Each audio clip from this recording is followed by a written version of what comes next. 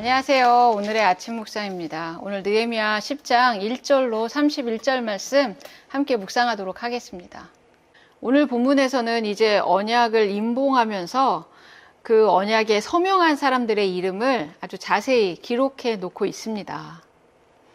총독 느헤미야에서부터 제사장, 레위인, 또 백성들의 우두머리, 또 많은 사람들의 이름들이 가문별로 또 집안별로 이렇게 기록되어 있는 것을 봅니다.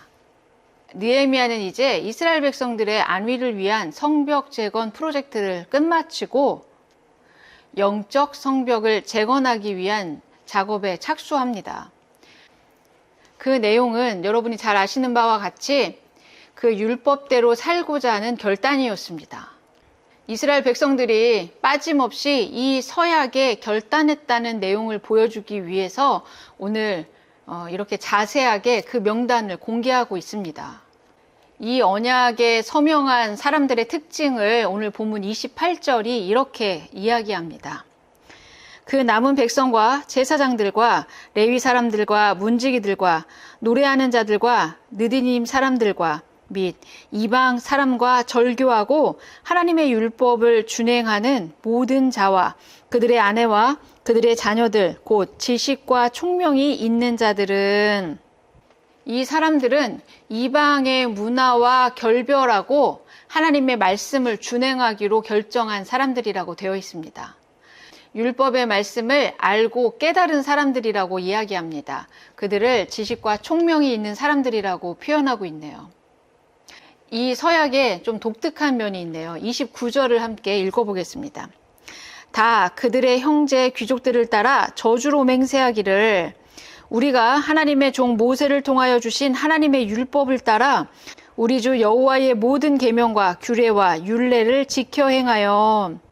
이 언약, 이 서약의 특징은 저주 맹세입니다. 왜 저주의 맹세까지 하고 있는 걸까요? 이스라엘 백성들이 언약을 안 지킬 거라고 생각했기 때문일까요? 믿지 못하는 상황인가요? 아닙니다.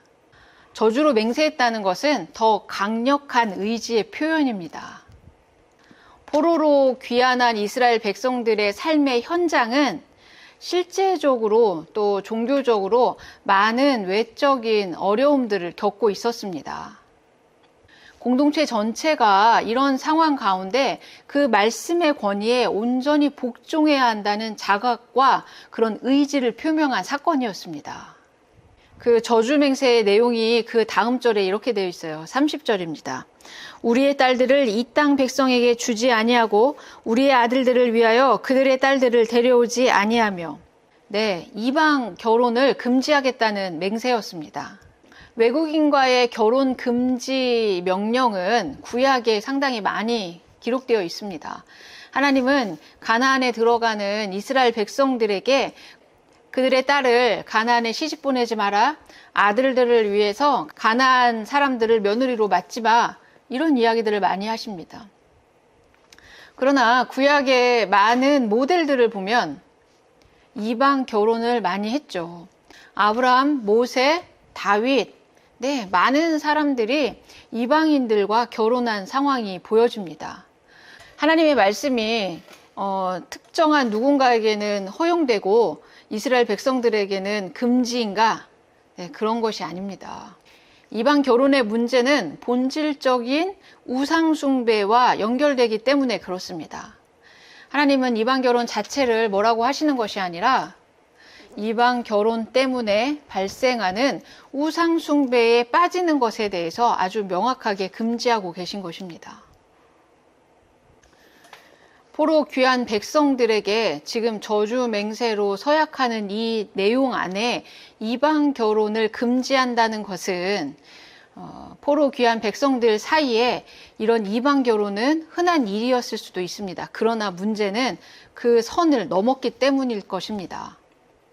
어쩌면 이스라엘 백성들은 돌아온 이후에 이런 이방 결혼 문화가 너무나 당연해서 이것이 왜 문제가 되는지 인식하지 못하는 지경에 이르렀는지도 모릅니다. 이방 결혼은 사회 현상이고 트렌드였을 수 있습니다. 그러나 이방 결혼 이후에 이방 신들을 우상 숭배하는 그런 문화적인 부분들, 또 종교적인 부분들을 이스라엘 백성들이 심각하게 생각하지 않았다는 이야기입니다. 죄를 죄라고 말하지 않았다는 것이죠. 이런 상황에 에스라와 느헤미야는 이제 하나님의 말씀을 듣고 깨달아 자신의 죄를 자복하고 돌아온 이스라엘 백성들에게 무엇이 진리이고 분별해야 될 영역인지 명확하게 이야기하고 있는 것입니다. 그 다음 저주의 맹세는 그 다음 구절에 이렇게 되어 있어요. 혹시 이 땅 백성이 안식일에 물품이나 온갖 곡물을 가져다가 팔려고 할지라도 우리가 안식일이나 성일에는 그들에게서 사지 않겠고 일곱째 해마다 땅을 쉬게 하고 모든 빚을 탕감하리라 하였고. 안식일 규정입니다. 포로 후기의 이스라엘의 사회는 많은 외국인들과 섞여 살아야 되는 상황입니다. 그런 가운데 안식일과 성일에 외국인들과 물건을 매매하는 일들이 괜찮은 건지 위법인지 판단해야 되는 그런 상황이 된 것입니다. 오늘 본문에서는 이 안식일에는 물건 매매는 금지라고 말합니다. 이것을 요즘에 적용한다고 주일에는 아무것도 사지도 말고 사 먹지도 말아야 되는가? 카드 쓰면 안 되나?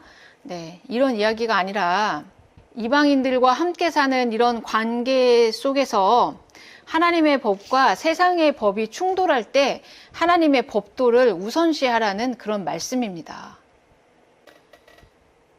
이스라엘 백성은 하나님의 말씀을 깨닫고 통회한 이후에 그 하나님의 말씀의 본질로 돌아가기 위해 안식일을 자신의 삶의 중심에 놓겠다고 결정합니다. 안식일의 온전한 회복은 영적 성벽 재건의 시작입니다. 오늘 본문에서 우리가 자세히 보았듯이 영적 성벽 재건은 단지 지도자들의 일이 아니었습니다. 지식과 총명이 있는 자들, 즉 하나님의 말씀을, 그 율법을 알고 이해할 수 있는 사람들은 모두가 이 맹세에 서약을 할 수 있는 것입니다. 그렇다면 이 본문의 상황을 오늘 우리에게도 적용할 수 있을까요? 네, 적용할 수 있습니다. 하나님의 말씀을 알고 이해할 수 있는 모든 꿈의 교회 성도님이시라면 우리의 삶에 이 세상의 법도와 하나님의 법도가 충돌할 때 우리는 기꺼이 하나님의 말씀을 우리 삶의 우선순위에 놓을 수 있어야 합니다. 그 하나님의 말씀을 기준으로 세상의 법들을, 세상의 법도를, 세상의 트렌드를 솎아내고 분별할 수 있어야 합니다. 느헤미야를 통해 우리의 안위를 위한 성벽 재건도 중요하지만 우리는 우리 삶의 영적인 성벽 재건도 힘써야 될 줄 믿습니다. 매일의 말씀과 기도로 여러분의 성벽을 계속해서 유지해 주십시오. 영적 정체성의 성벽이 견고해질 때 우리는 세상이 주는 유혹과 시험에서도 승리하게 될 줄 믿습니다. 여러분, 오늘 이스라엘 백성들이 함께 서약한 그 명단 맨 뒤에 여러분의 이름도 서명하셨으면 좋겠습니다. 그래서 오늘 하루 여러분이 이 말씀 묵상하시면서 나의 육적인 성벽은 건강한지, 또 더 나아가서 나의 영적인 성벽은 지금 건강하고 또 튼튼하게 잘 세워져 가고 있는지 점검하는 하루가 되셨으면 좋겠습니다. 매 주일의 예배도 사모하시고 매일의 개인 묵상과 또 RT인으로 사는 건강한 꿈의 교회 모든 성도들 되기를 축복합니다. 잠시 기도하시겠습니다. 사랑이신 주님, 감사 영광 올려드립니다. 이스라엘 백성들이 육적인 성벽을 재건하고 이제 그들의 삶 가운데 있는 영적인 성벽도 재건하는 이 모습을 통해 우리의 삶의 자리에서도 영적 성벽이 건강한지 잘 세워져 가고 있는지 점검할 수 있도록 인도해 주옵소서. 오늘 우리가 기도하고 또 우리가 말씀 묵상할 때 우리의 삶의 영역 한 곳 한 곳마다 하나님의 말씀으로 찔러 쪼개어 주시는 그 성령의 검의 말씀이 우리를 단단케 하시고 또 우리도 저주의 맹세를 기꺼이 서명할 수 있도록 세임과 능력을 더해 주옵소서. 영적인 성벽이 건강하게 지어져 갈 수 있도록 함께 기도하는 공동체가 될 수 있도록 인도해 주옵소서. 주님께 모든 것을 의탁드리며 예수님의 이름으로 기도드렸습니다.